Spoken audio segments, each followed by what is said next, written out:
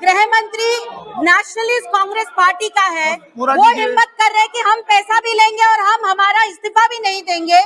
तो शिवसेना को मिर्ची लगी है, इसका मुझे समझ नहीं आ रहा है कौन किसी की चाकरी कर रहा है और कौन किसके लिए काम कर रहा है। जिस दिन उद्धव ठाकरे की सरकार आई, ठाकरे सरकार चेयर पे बैठे, उसी वक्त परम सिंह जी को फोन करके उन्होंने पहला काम कराया कि सचिन वाजे को ज्वाइन करवाइए। परमवीर सिंह ये उस वक्त के भरत शाह जो और उनके जो नवनीत है, ये पब चलाने वाले लोग और जो परदेशी स्कैम में जो अटके हुए लोग, इनका ये दलाल है, ऐसा इंजाम इस एसीपी मिस्टर अनुप डांगे ने किया है। खंडणी मागायला लागले, म्हणजे कुंपण शेत खायला लागले, पाण्याला तहान लागले आणि सरकार भ्रष्ट होत चालले। त्यामुळे ताबडतोब महाराष्ट्रामध्ये राष्ट्रपती राजवट लागू करा। सीबीआई से इसकी जांच होनी चाहिए और महाराष्ट्र की सरकार को ताबड़तोब इस्तीफा देना चाहिए। मुख्यमंत्री और गृह मंत्री ने इस्तीफा देना चाहिए। डीजी कक्षा का अधिकारी एक चिट्ठी लिखता है मुख्यमंत्री को और ये चिट्ठी में ये बताता है कि जो महाराष्ट्र के गृह मंत्री है उसने एक एपीआई कक्षा के अधिकारी को बुलाकर 100 करोड़ रुपए की उगाही करने के लिए कहा है और ये 100 करोड़ रुपए की उगाही अगर नहीं मिली तो उसके हिसाब से जो घटनाएं बनी है, और यही अधिकारी है जो एनआईए की गिरफ्त में आज है। एंटीलिया जैसे मकान के नीचे जिलेटिन स्टिक रखी हुई गाड़ी के अंदर वो गिरफ्तार होता है और इस अधिकारी को गृह मंत्री ये कहता है कि तुम 100 करोड़ की उगाही 1742 बार है, इसमें से जाके 100 करोड़ की उगाही लाके दो। ऐसी घटना के अंदर और कल तक जो बात चली थी, गृह मंत्री ने इस्तीफा देना चाहिए। आज तक ये चिट्ठी आने के बाद मुख्यमंत्री जी ने कुछ भी नहीं कहा, इसके ऊपर एक शब्द मुख्यमंत्री जी नहीं बोल रहे। ये महाराष्ट्र की सरकार जिस तरह से चल रही है, वहां के लोगों में, महाराष्ट्र के लोगों में ये धारणा है कि ये लूटपाट करने के लिए, लूटने और व्यापारियों को डराने के लिए सरकार का उपयोग हो रहा है। सरकार अपने अधिकारियों को, अपने प्यादों को इस तरह से इस्तेमाल कर रही है कि 100 करोड़ की उगाही केवल मुंबई जैसे शहर में, और शहरों का क्या हाल होगा, और शहरों का आंकड़ा क्या है।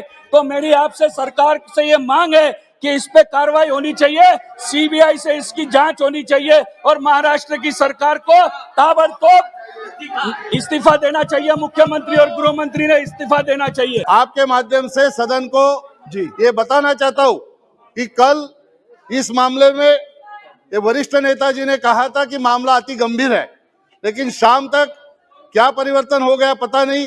बाद में कहा गया कि अभी रिजाइन देने की जरूरत नहीं है। इसका मतलब ऐसा है कि शायद गृह मंत्री जी ने बोला होगा कि अगर मेरा रिजाइन लिया तो मैं सारे नाम ले लूंगा, सबकी पोल खोल दूंगा। ऐसा अगर हुआ है तो इसकी जानकारी सभापति महोदय धन्यवाद। सभापति महोदय धन्यवाद। आपके सभापति महोदय नेता बोल रहे हैं, प्लीज बैठ जाइए। विनायक राव जी प्लीज। सभापति महोदय धन्यवाद।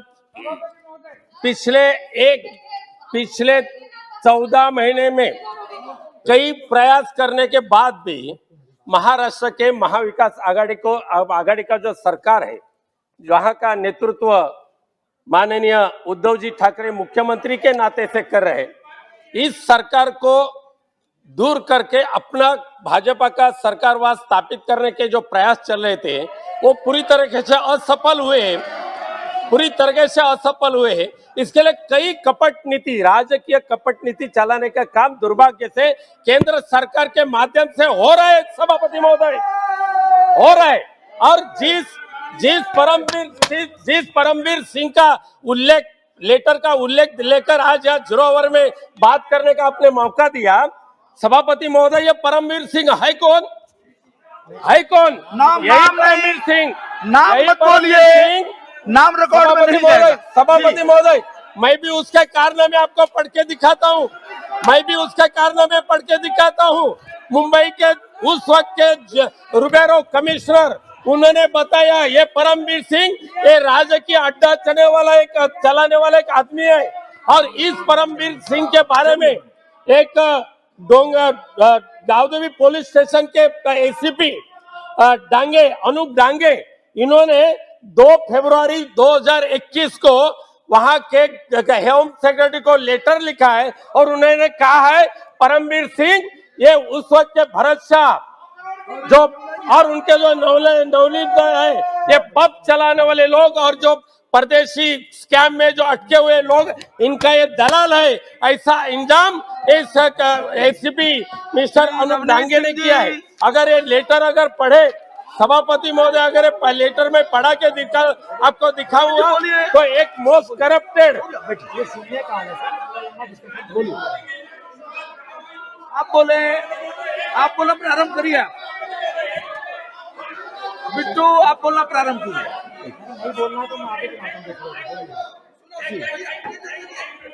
आपका नाम बोला जा चुका है। रमनीत जी, श्री गिरीश बापट जी। अध्यक्ष महाराज, अध्यक्ष महोदय, या महाराष्ट्रामध्ये आजपर्यंत गुन्हेगार खंडणी मागत होते, आता सरकार खंडणी मागायला लागले, गृहमंत्री खंडणी मागायला लागले, म्हणजे कुंपण शेत खायला लागले, पाण्याला तहान लागले आणि सरकार भ्रष्ट होत चालले। त्यामुळे ताबडतोब महाराष्ट्रामध्ये राष्ट्रपती राजवट लागू करा आणि या गुन्हेगारांना आतमध्ये टाका, ही आमची सगळ्या सभागृहात मागणी आहे।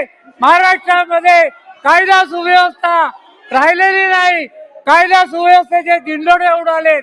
महाराष्ट्र राज्य आज एक कायदा सुव्यवस्थेत पूर्णपणे बुडालेला आहे।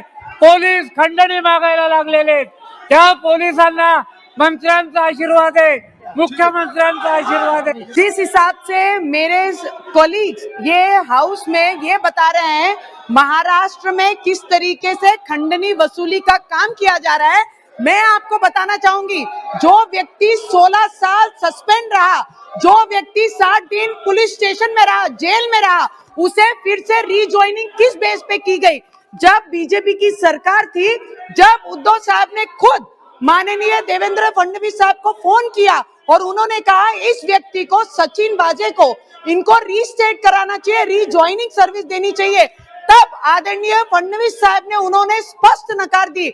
उनकी पूरी हिस्ट्री देखते बराबर उन्होंने नकार देते हुए उन्हें ज्वाइनिंग नहीं कराई।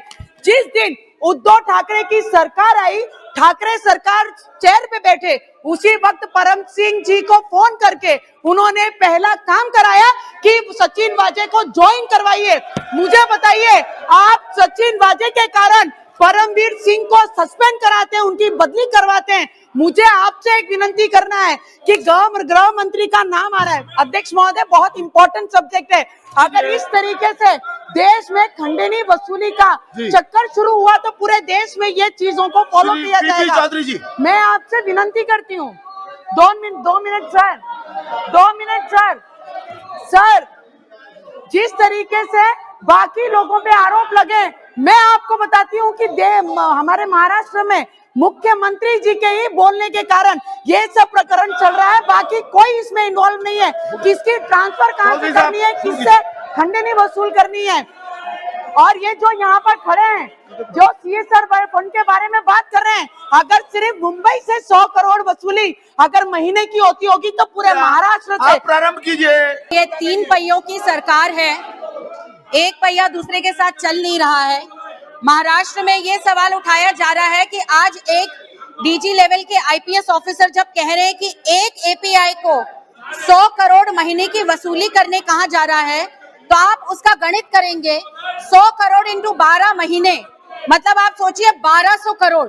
और उसके बाद आने वाले 5 साल जब एक एपीआई से 6000 करोड़ की अपेक्षा हो रही होगी, तो आप सोचिए राष्ट्रवादी कांग्रेस पार्टी एनसीपी के गृह मंत्री और कितने एपीआई से पैसा वसूल करना चाहते हैं, ये भी बहुत सवालिया निशान खड़ा रहता है। दूसरी जरूरी बात सर, मुझे ये समझ नहीं आ रहा, जब गृह मंत्री नेशनलिस्ट कांग्रेस पार्टी का है, वो हिम्मत कर रहे कि हम पैसा भी लेंगे और हम हमारा इस्तीफा भी नहीं देंगे, तो शिवसेना को मिर्ची लगी है, इसका मुझे समझ नहीं आ रहा है। कौन किसी की चाकरी कर रहा है और कौन किसके लिए काम कर रहा है। हम इसका विरोध करते हैं और आज हम ये मांग करते हैं, संसद को पारित करने हैं, काफी काम संसद के सामने है, इसलिए शून्य प्रहर बाद में लेंगे।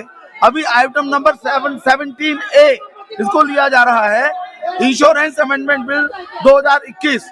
माननीय मंत्री जी